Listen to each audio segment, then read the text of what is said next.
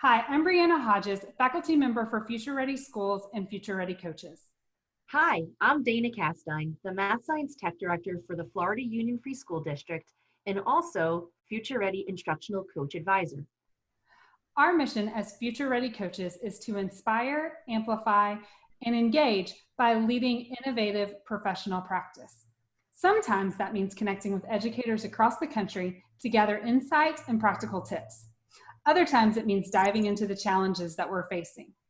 Other times it means celebrating the innovative and, well, not so innovative solutions.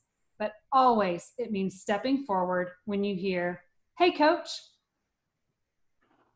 We're kicking off this season with a few dynamic educational leaders who epitomize leading with heart.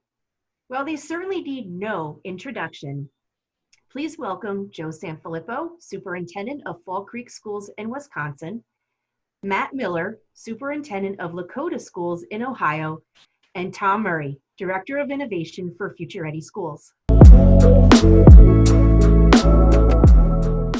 Naturally, they're going to want to kind of break away. I'm a fifth grader. I'm not going to tell you what my assignment. I mean, fifth grade was the best 2 years of my life. I loved it. The thing that we have to keep in mind is that kids are going to be kids. That's what they're going to be. The more that we can just kind of connect. We've been asking parents, at the end of the week, we're surveying parents too. Like, how did this go? What else do you need from us? Did you feel like it was too overwhelming?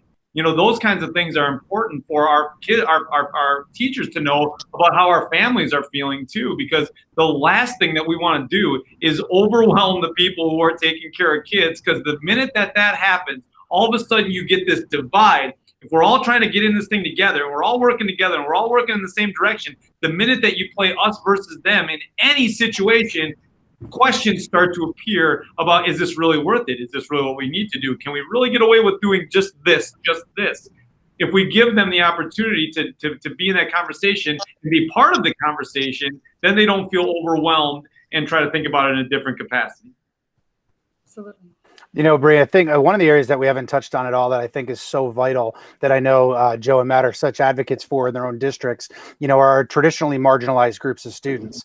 What keeps me up at night are those students at home that are in bad situations, those students at home that have struggled from trauma and we were their safe place and now they can't get there.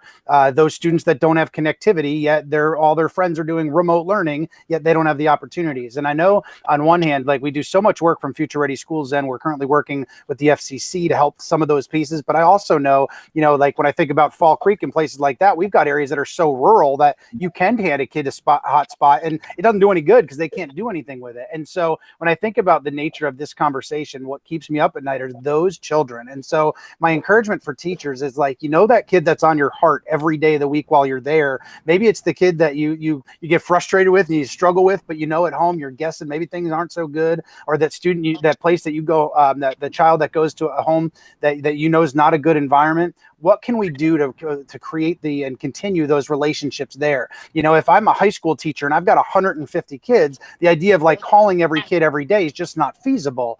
But what if I can call those kids that I know are going to need it most? And what if I can check in with the others once every 3 weeks or something along those lines?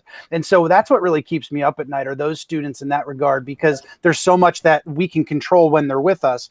But here's the hope that I have. And I would say, like, I've seen so much in the past few weeks that just gives me incredible hope from school and district leaders. When I see them creating lines and getting food into the hands of families like that, some of our neediest families, when I see districts handing out computers or handing out hotspots and doing whatever they can, districts have risen to the challenge over and over and over again.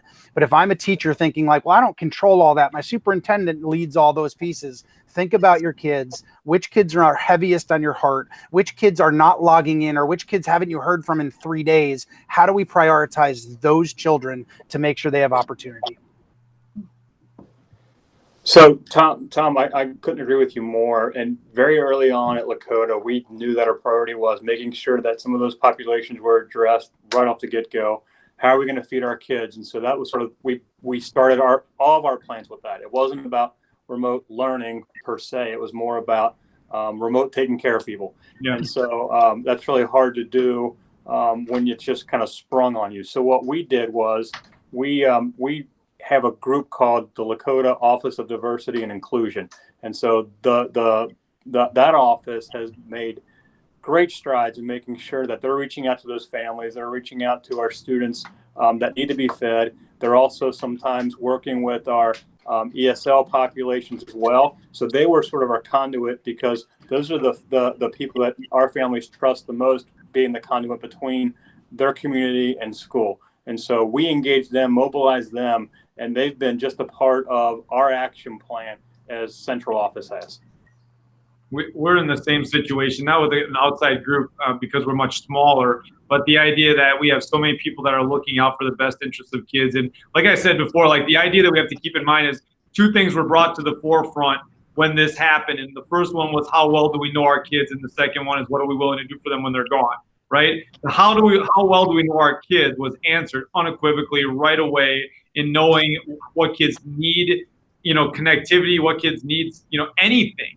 And the idea that even getting stuff, and Tom, you had mentioned it before, like even getting hotspots to people in rural Wisconsin isn't helping them in some capacity. So what are we doing to change our mentality for these kids and these families who don't have the connectivity that others do? The last thing that we want is for not the last thing. One of the last things that we want is for us to come back into the school and have us have created these cliques of people who are connected and who are not connected. The haves and the have-nots are all already there, right? And so if we're really connected, we can do this work if we can connect online. And those people who can't do this work. Now we're already, not only are we creating these inequities in terms of access, now we're creating inequities when we come back into school, and these people were part of the group and these people were not part of the group. And I'm all for making sure that we get groups together and have a big classroom meeting. I love that. But if kids can't connect to that and they feel left out because 2 or 3 can't be in the group of 20 that are in that classroom on that day, what are we doing for those kids too?